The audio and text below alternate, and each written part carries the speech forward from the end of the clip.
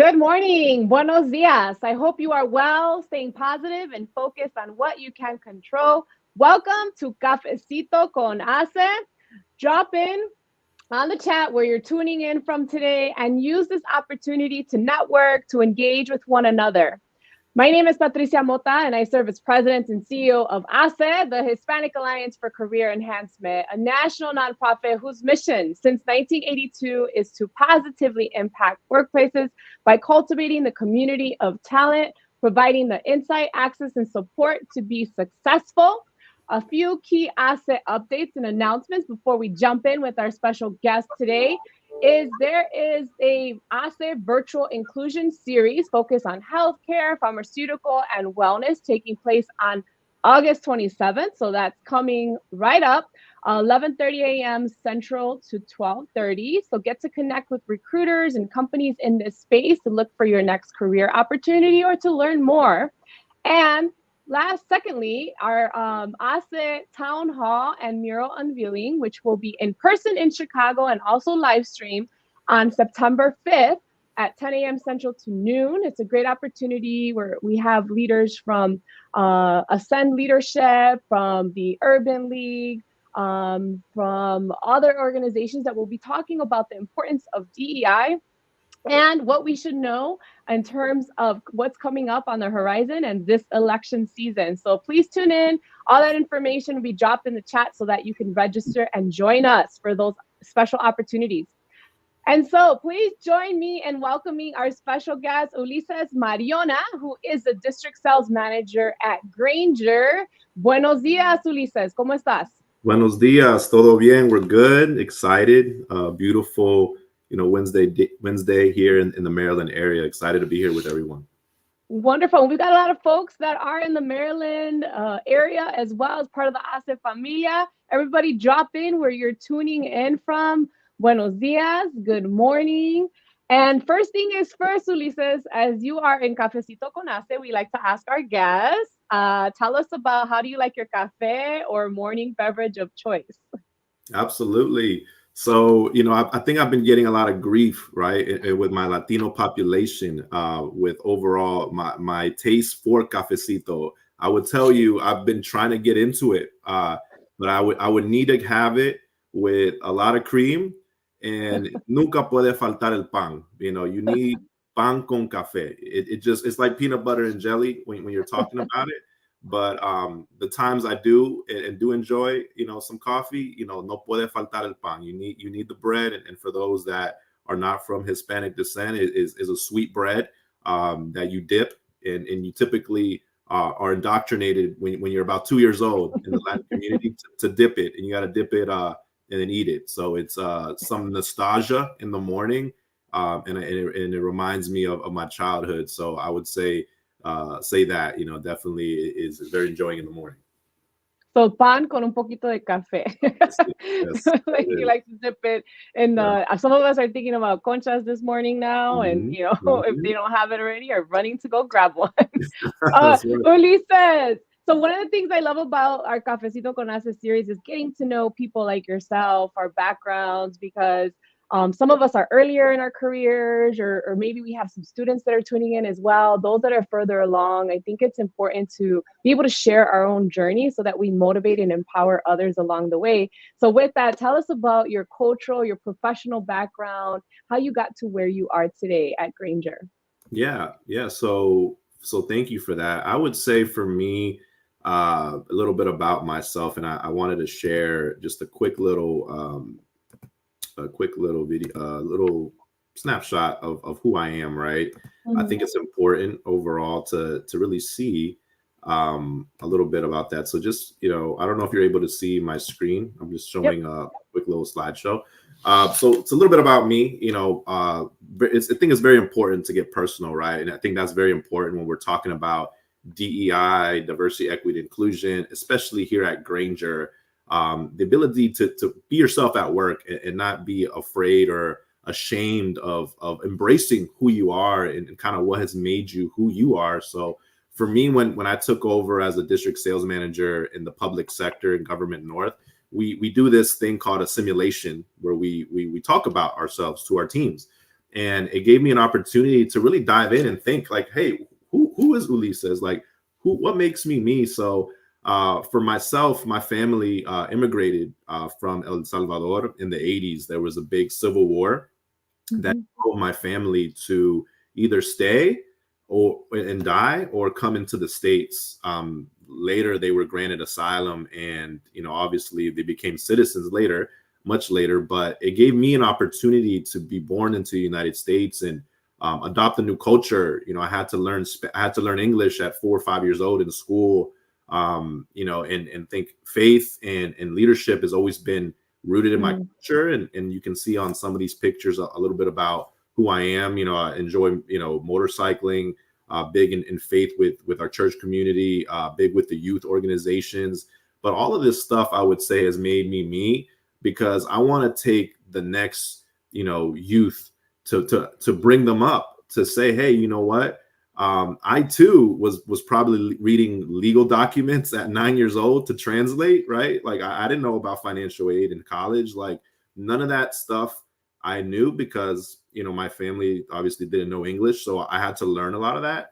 But for me, it allowed me to use, the grit of the culture, in El Salvador. If you don't sell, if you're not out there grinding, hustling, you don't eat. So a lot of that has been rooted in me and has made me who I am today. That is beautiful. So shout out to all of our Salvadoreños out there that are tuning in. And this is a beautiful depiction of, I think it's important that like you said, that we're sharing these personal stories, understanding our history and our backgrounds, and why we are who we are, and being sure that we're paying it forward, right? I think you shared that about talking to youth, going back to your school where you came from, talking to them and really empowering the next generation. Yes. And so we've got folks tuning in on the chat. Bienvenidos, welcome. Have your questions ready. Share a little bit about who you are and where you're tuning in from. We have some folks from Texas, from Denver, Colorado, all across the U.S. And so Ulises, more on that and talking about hustling, right? You have a career in sales, and that takes a lot of hustle, right? So tell us, has it always been a path that you were interested in, or how did you got into that? That's a great question. And as I reflect, I remember my mother, she had a janitorial cleaning company, right? She cleaned houses growing up. That's how we would, make ends meet and provide for the family. My father was a maintenance HVAC technician, and my mother, because she was a young entrepreneur, young Latino entrepreneur, she'd had this company, and back then it wasn't a lot of social media, so it literally was like knocking on doors, leaving pamphlets, leaving a lot of that. And my mother would tell me like, hey, if you get signups, like I'll give you un churrito, I'll give you una soda, she'll bribe me with food, right? Or give me like $1 or something like that. And like I began to have that hustle, and immediately like se me quitaba like all the feeling of nervousness, right? And he was like, as a kid, who doesn't want $1? Who doesn't want to go to McDonald's? So like I would knock on doors and I would promote my mother's company, and it went strong. Like she was able to continue to do that. But back then I had no idea what I was doing, right? But moving now, it's like, okay, Grainger doesn't do door-to-door sales. It's business to business, more consultative. But I would say back then it was kind of like that foundation, right? And then in addition, like in Latin America, for those that have the opportunity to have gone, if you see these pictures here, I'm in San Salvador, the capital of El Salvador. And when you go there and you see these tolls, like when people are like crossing tolls, I mean, you see families out there selling tortillas, pupusas, they're selling whatever they can to grind, right? And I think it's just rooted in our culture to go out there and make something happen, right? So I think a lot of that has rooted me of going into sales. And here at Grainger, our tagline is like, we help keep the world working because we supply products to help keep businesses running. So I think that has helped me in leading a team in the government sector, provide for these government agencies across the DC, Maryland, Virginia market. Yeah, that's awesome. I think it's important, you connect it back to your upbringing and your childhood, and that's part of us being able to story tell or tell our own stories is thinking about what are those times or things that you grew up with your whether it's parents, grandparents, or a teacher. I always talk about a teacher that I had that kind of you don't realize it back then, but you realize it today as you reflect, like, why am I in this career? Why am I Yeah. passionate about certain areas? And use that as part of your branding toolkit, right? And as Ulises is sharing his own story. And so I'm talking about Grainger and we got to hi Tanya is joining us to talk about pupusas. They're so good. Um, tell us more about Grainger. I think part of the reason we have a partnership with Grainger is that we want to be able to connect employment opportunities, awareness of what are the types of roles and why it's a great place to work and sharing more about those opportunities to our network at ASE. Yeah, no, so that's a great question, and actually just came up on 11 years working for Grainger. Huge milestone. I never thought I would be over a decade with a company, especially in this day and age where people are always looking for the better and better opportunities. I would say for me is just the ability, like we always talk about, the ability to be yourself at work, right? To ability to not just come into every day and enjoy work, but to join an organization where I can be myself, but I also have the ability to drive my passion of helping others. And you see that in this photo here. This is an opportunity where I'm part of various resource groups, the Latino resource group and a faith-based one, and has allowed me to really, support, a lot of people within the organization. Obviously, Grainger is a multi-billion-dollar company, 26,000 employees. We were in multiple countries, which allows us to be large. But we also have the power of coming together. If you see here, on the top left, we were able to provide for Youth Build USA in Illinois.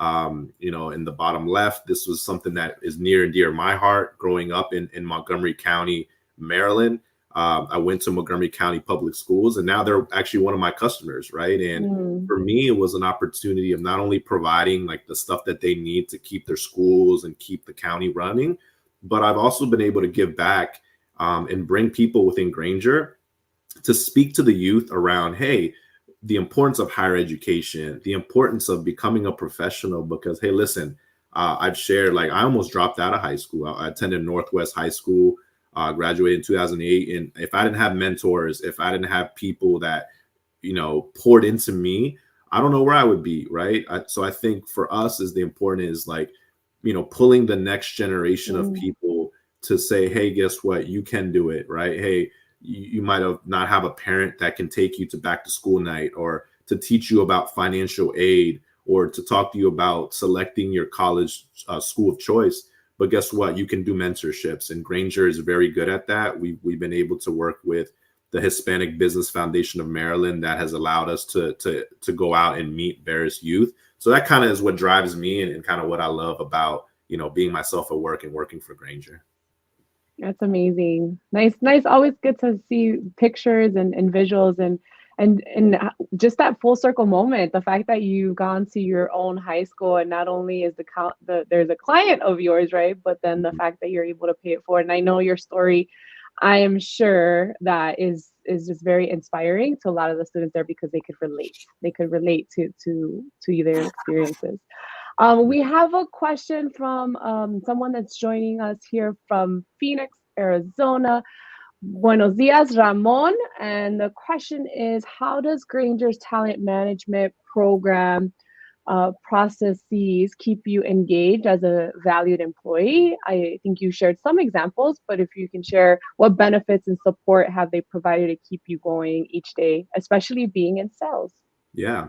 So that's a really good question, especially, as a district sales manager, my job is to, manage the district, lead, teach, and coach. But another part of it is to make sure I have the best talent at all times, right? So at Grainger, we have a great talent management team. We have talent acquisitions that we work hand in hand with. Grainger also is part of a lot of great networking events, HACE, right? One of them. We also have various others where we network and we work with them.